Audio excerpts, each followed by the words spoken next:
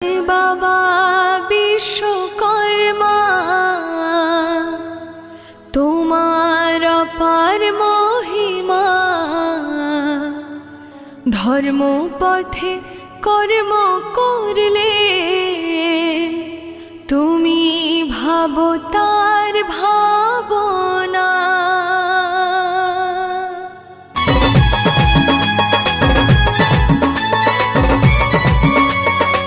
জয় বাবা বিশ্বকর্মা।